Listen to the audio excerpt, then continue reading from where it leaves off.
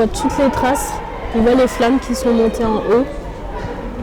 Là, tout ça, c'est des traces de fumée, les flammes qui sont montées. Rue Fontaine, en plein centre-ville de Saint-Denis. Au 19, une copropriété en très grande difficulté, frappée d'un arrêté de péril depuis 1990.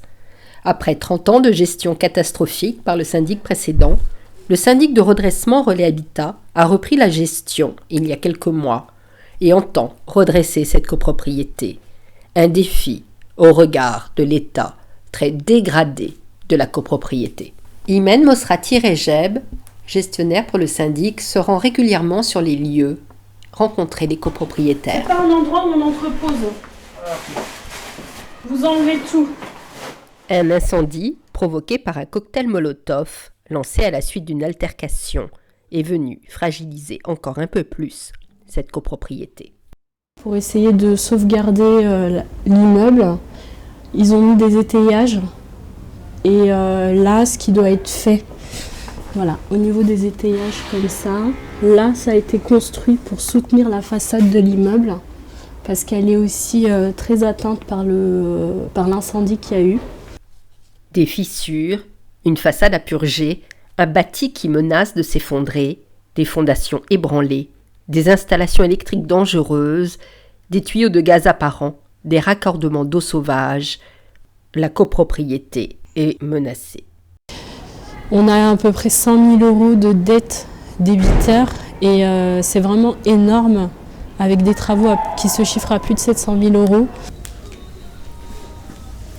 Face à l'ampleur des travaux à réaliser et à l'urgence, l'équipe du syndic de redressement développe une stratégie adaptée à ce type de copropriété, le recours aux travaux d'office. La puissance publique se substituant aux copropriétaires, les travaux peuvent être réalisés rapidement. C'est un outil coercitif, ouais. Parce que de toute façon, on ne peut pas s'y opposer. C'est un outil pour agir de façon très très volontaire. Quand on arrive à des situations où on se dit mais qu'est-ce qu'on fait? On se substitue, on évacue l'immeuble? Parce que c'est ça, hein, il y a deux solutions.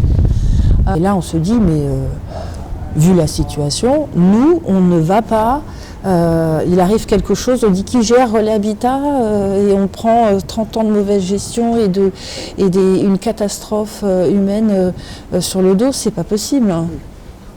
Enfin, on peut pas, ou alors on se dit on s'en va, non, c'est pas comme ça.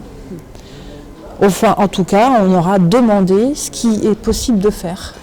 Et c'est possible. Monsieur Petit est copropriétaire occupant depuis 1994. Il était l'un des seuls à s'acquitter régulièrement de ses charges, mais il a été victime de la mauvaise gestion du syndic précédent. Résultat, aujourd'hui il n'a plus d'argent. La perspective des travaux d'office le soulage, même s'il sait qu'il devra rembourser par la suite auprès du Trésor public, sinon il devra revendre son appartement. Ah ben c'est une bonne solution, sauf que moi j'ai déjà tout payé. C'est ça mon problème. Et qu'il reste même plus les avances de fonds en compte travaux. Voilà, c'est ça. Moi mon problème est un problème budgétaire. Je me suis fait avoir. Étant donné que depuis 1995, je savais qu'il le fallait, donc j'avais mis de côté de l'argent. Et je me suis fait gruger, on est deux. Les deux de l'escalier, le troisième et le quatrième, on est deux à être complètement grugés. La mobilisation des habitants est l'un des piliers de la stratégie de redressement du syndic de redressement Relais Habitat. Monsieur Petit est l'un des rares à se mobiliser. Donc je suis là 24h24.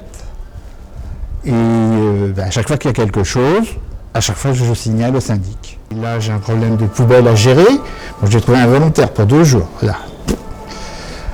J'essaie de trouver des volontaires pour balayer les escaliers. Là je lave, personnellement je lave mon rez-de-chaussée le matin, une fois par mois. En 83, c'était quand même le seul et unique bel immeuble de la rue. Il faisait tache. mais dans l'autre sens. On peut encore espérer à terme un redressement. Oui. On peut faire un programme de travaux, on peut assainir la gestion, on peut, au niveau des parties privatives, remettre aux normes hygiène sécurité, régulariser l'occupation, mettre en place les mesures qui s'imposent, faire ce qu'on fait dans d'autres copropriétés. C'est pas rapide. Par contre, c'est vrai que ça sera pas rapide. Mais si on fait les travaux d'office, les arrêtés seront levés. Les copropriétaires pourront alors à nouveau percevoir leur loyer et la copropriété espérer sortir de l'impasse.